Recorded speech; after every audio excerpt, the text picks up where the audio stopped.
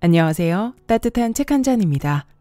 사람은 늘 자신을 둘러싼 공간 안에서 존재하며 이러한 공간은 우리의 삶과 경험에 깊은 영향을 미칩니다. 우리는 일상생활에서 다양한 환경과 공간을 경험하며 이 환경을 어떻게 활용하고 가꾸느냐에 따라 우리의 삶과 운명이 결정될 수 있습니다. 특히 편안하고 안락한 집안은 우리에게 안정감과 안락함을 줄 뿐 아니라 창의성을 자극하고 긍정적인 마음가짐을 유지하는 데 도움이 됩니다. 20여 년간 4,000명이 넘는 부자들의 집을 지었던 건축가 야노 케이조는 그에 져서 부자의 방을 통해 성공한 부자들은 어떻게 공간을 구성하고 활용하는지 전하고 있습니다. 부자들은 집을 지을 때 이곳이 나에게 좋은 기운과 에너지를 주는가를 최우선으로 생각한다고 하는데요. 왜 성공한 부자들은 집안 공간에 신경을 쓰는지, 어떻게 하면 환경을 활용해 더욱 성장할 수 있는지 책 속으로 들어가 보겠습니다. 본래 집이란 자신이 가진 기량을 길러주고 하루 동안 소모한 에너지를 충전해 주는 것이다. 그런데 집을 제대로 사용하지 않거나 잘못 꾸미면 아무리 노력해도 일에서 성과를 내기 어렵고 열심히 일할수록 오히려 잘 풀리지 않는 환경의 덫에 빠져 악순환이 거듭된다. 자신도 모르는 사이에 집이라는 공간에 체력과 좋은 기운을 빼앗기고 에너지가 자꾸만 아래로 치닫기 때문이다. 생각대로 일이 잘 풀리지 않는 사람이나 돈이 자꾸 새어나가는 집안은 대개 집을 어떻게 사용해야 하는지 잘 모르기 때문에 환경에 발목이 잡혀 있는 경우가 많다. 결코 재능이 없거나 노력이 부족해서가 아니다. 너저분하게 어질러져 발 디딜 틈조차 없는 현관, 자신의 라이프 스타일과 건강에 맞지 않는 초고층 아파트, 채광이 전혀 안 되는 음습한 침실, 좋은 기운을 새어나가게 하는 인테리어는 우리의 에너지를 강하게 저하시킨다. 이렇게 에너지를 밑으로 잡아당기는 힘은 우리가 생각하는 것보다 훨씬 더 강해서 아무리 잠재력이 큰 사람이라도 집에 힘을 빼앗기면 실력과 운을 발휘하기가 어렵다. 이것이 바로 내가 말하는 환경의 덫이다. 승진을 꿈꾸거나 부자가 되려고 안간힘을 쓰는 사람들을 보면 환경이 지닌 힘을 제대로 이해하지 못하고 무턱대고 노력만 해서 자신을 바꾸려고 한다. 그러나 환경을 간과한 채 자신만 바꾸려 애쓰는 것은 강한 바람이 부는 반대 방향으로 억지로 전진하려는 것과 같다. 옷깃을 세우고 어깨에 힘을 꽉 주고 길을 쓰며 걷는 모양새다. 그런 상태로는 목적지까지 가는데 엄청난 시간이 걸리고 대부분 도착하기 전에 지쳐 쓰러지고 만다. 하지만 환경을 먼저 정돈하면 태양이 포근하게 나를 비춰주는 가운데 기분 좋고 순탄하게 인생길을 만들어 나갈 수 있다. 일이나 학업에 있어 능력을 지속적으로 발휘하는 사람들은 항상 의식적으로 자신의 주변 환경을 정돈한다. 내가 가장 마음 편한 상태를 만들기 위해 집안 배치를 설계하고 가족이 모두 행복하게 꿈을 이루어 나갈 수 있는 공간을 마련한다. 외부 환경이 나에게 미치는 영향이 얼마나 큰지를 잘 알고 그것을 제대로 활용하면 인생이 바뀐다고 굳게 믿기 때문이다. 즉, 집을 사용하는 방법과 관점을 바꾸고 에너지를 확실하게 충전하면 누구나 능력과 잠재력을 충분히 발휘하여 성공을 거두고 부를 거머쥘 수 있다. 또 환경이라는 그릇이 변하면 그 안에 담긴 나 자신도 저절로 변하게 마련이다. 무턱대고 노력만 퍼붓기보다는 환경이 나를 돕도록 정돈하고 관리하는 게 훨씬 더 기분 좋고 자연스러운 자기 개발이 아닐까. 비우고 버림으로써 생기를 불어넣는다. 집과 좋은 관계를 맺는 사람은 집에 애착을 갖기 위해 노력함과 동시에 몸과 마음을 쾌적하게 유지하기 위해 어떻게 할지를 항상 고민한다. 사실 집안 인테리어를 할 때 가장 먼저 해야 할 일은 바로 비우고 버리기다. 쓰지 않는 물건은 버리고 남은 물건은 제대로 수납하여 정리하며 채광과 통풍이 잘 되도록 하는 일이 우선이다. 집안에 쌓아둔 물건 중에 6개월 이상 사용하지 않았거나 앞으로도 사용할 일이 없는 물건은 버리는 게 상책이다. 한번 우리 집의 방과 거실, 주방과 현관을 둘러보고 왠지 마음을 불편하게 만드는 물건이나 가구가 있지는 않은지 잘 살펴보길 바란다.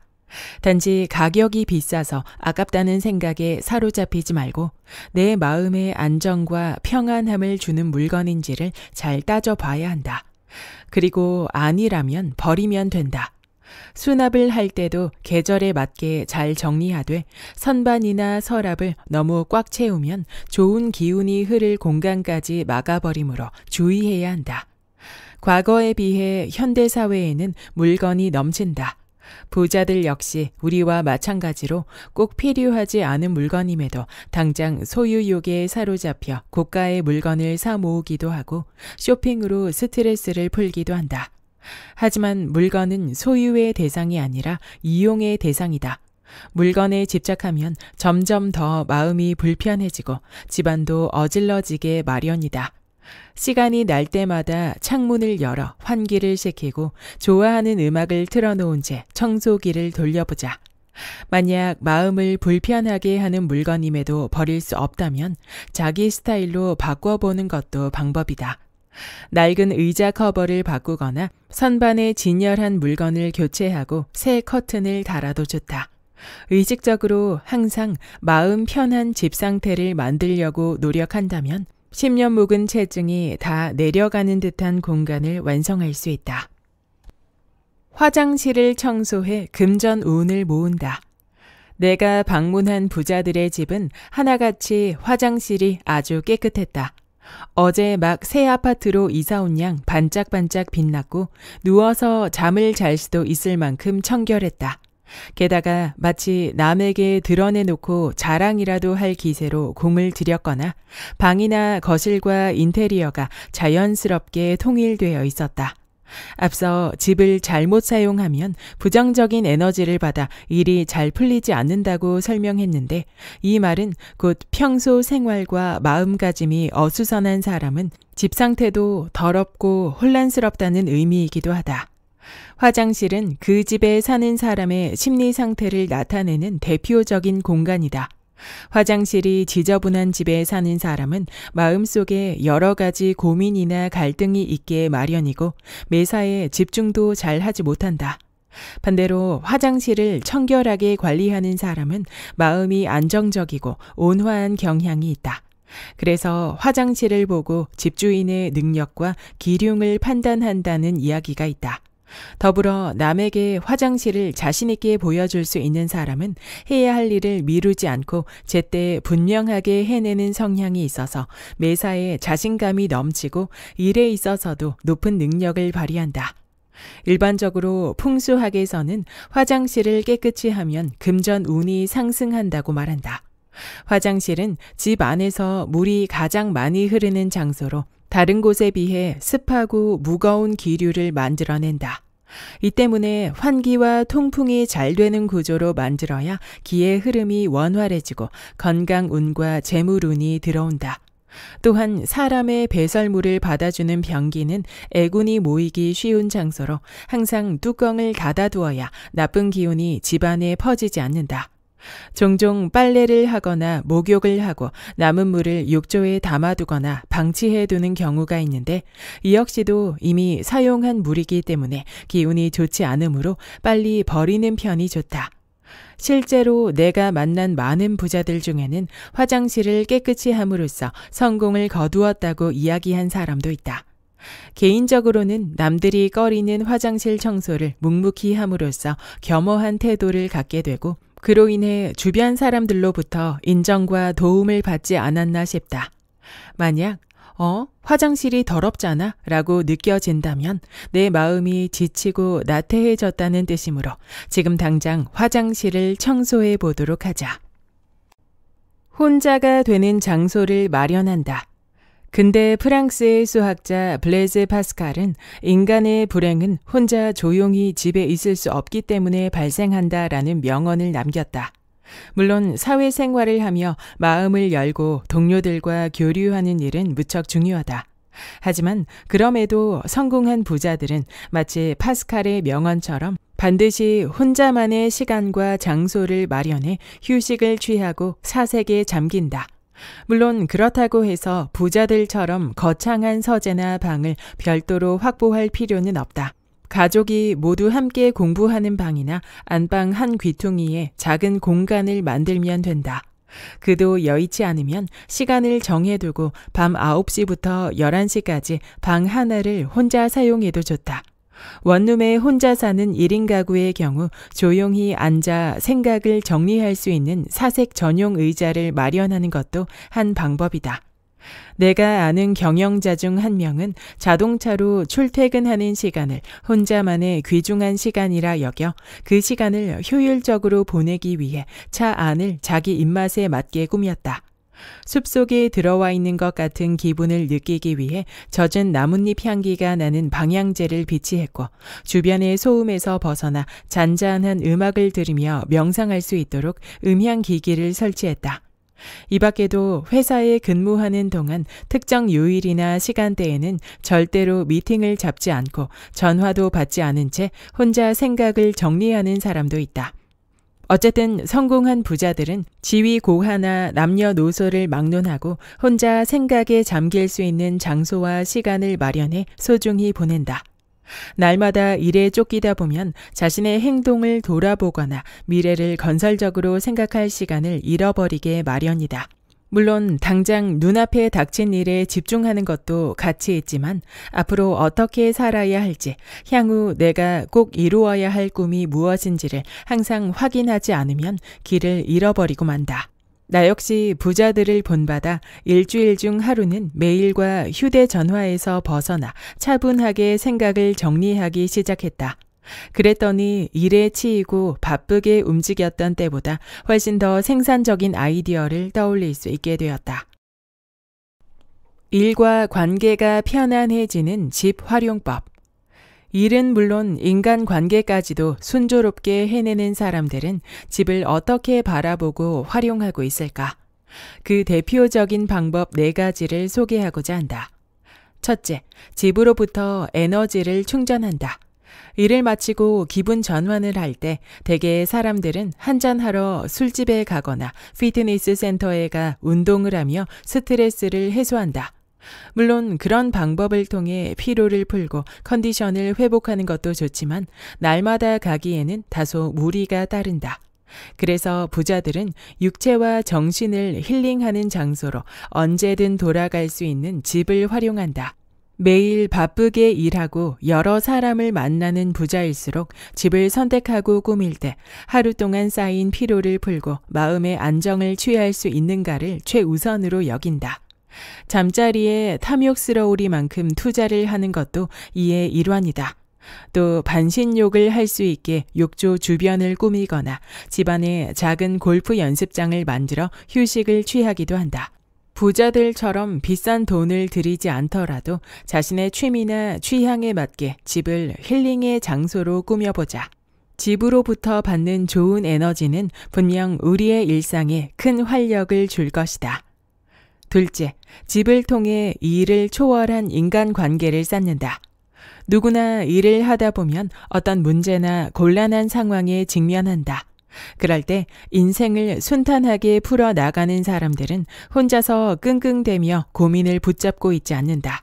해결책을 알고 있을 법한 사람들을 만나 도움을 청하고 고민을 함께 나눈다. 업무상의 문제라고 해서 반드시 옆자리 동료나 상사에게만 의논할 필요는 없다. 법률적인 문제가 결부되어 있다면 변호사를 찾아가 확인하면 되고, 새로 가게를 오픈한다면 설계사 친구를 만나 주의해야 할 점을 물어보면 된다. 좁은 인맥 안에서만 문제를 해결하려고 하면 일은 정체되기 마련이다. 여러 사람을 통해 고민을 나누고 이야기를 하면 좋은 힌트도 얻고 결국에는 해결 방안까지 들을 수 있다. 성공한 부자들은 어려운 상황에 처했을 때 자신을 도와줄 인맥을 만드는 장소로 집을 이용한다. 물론 때에 따라서는 고급 레스토랑이나 호텔 라운지에서 모임을 갖기도 하지만 그 경우에는 아무래도 비즈니스상의 교제로만 비춰지기 쉽다.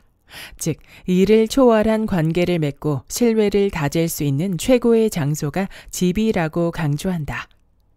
셋째, 가족 간의 유대를 깊게 한다. 일반적으로 가족 간에 서로 신뢰하고 응원하는 관계를 쌓으려면 물리적인 공간보다는 상대에 대한 배려나 태도가 더 중요하다고 여겨진다. 하지만 집과 공간은 분명 사람의 몸 상태나 감정, 그리고 행동에까지 크게 영향을 미친다. 실제로 차가운 색계열로 인테리어를 한 방에서는 멀쩡하던 사람의 체감 온도가 3도나 낮아졌다는 연구 결과도 있다. 조금 다른 예지만 일조 시간이 적은 지역에 사는 사람들은 그렇지 않은 사람들에 비해 더 자주 무기력함을 느낀다고 한다. 주변 환경이 사람의 감정에 미치는 영향을 가볍게 보지 말아야 한다. 인생이 순탄한 사람들은 이러한 사실을 잘 알기 때문에 가족 간의 관계에 있어 말이나 태도뿐만 아니라 공간까지도 신경을 쓰고 있다. 넷째, 창의력이 샘솟는 공간을 만든다. 의례 창의력이라고 하면 많은 사람이 예술가에게만 필요한 자질이라고 생각한다. 사무직에 종사하는 직장인들은 더더욱 자신에게 창의력이 필요하지 않다고 말한다. 하지만 성공한 부자들은 직업에 관계없이 창의력이 무척 뛰어나고 이를 일에도 잘 활용한다. 가령 세일즈맨이라면 상품을 소개할 때 카탈로그에만 의존하지 않고 남과 다른 방법을 이용해 사고 싶다는 생각이 들게끔 영업할 수 있다. 또 설령 사무직 종사자라도 어떻게 하면 더 읽기 편하고 이해하기 쉬운 자료를 만들 수 있는지 고민하면 된다. 즉, 모든 일에 있어 창의력을 발휘하면 성과를 극대화시킬 수 있다. 자신의 재능을 발휘하고 능력을 인정받는 사람일수록 창의적인 발상을 중요시한다. 집 안에 혼자 생각에 잠길 수 있는 공간을 만들거나 거실이나 서재에 서가를 만드는 것도 다 창의력을 높이기 위한 부자의 공간 활용법이다. 여기까지 부자의 방의 본문 일부였습니다. 이 책을 읽으며 자신을 둘러싼 공간을 어떻게 활용하고 가꾸는가에 따라 우리의 인생이 변화할 수 있음을 깊이 느낄 수 있었습니다. 나의 집, 나의 공간을 사랑하는 일이 변화의 시작인 듯합니다. 저도 책을 읽으며 우리 집에서는 어떤 공간을 정리하고 활용하면 좋을까 하고 생각해 보게 되었는데요. 나의 환경을 최적화하여 일도 가정도 여가도 충만하게 누릴 수 있기를 소망합니다. 구독과 좋아요와 댓글은 큰 힘이 됩니다. 다음 영상에서 만나요.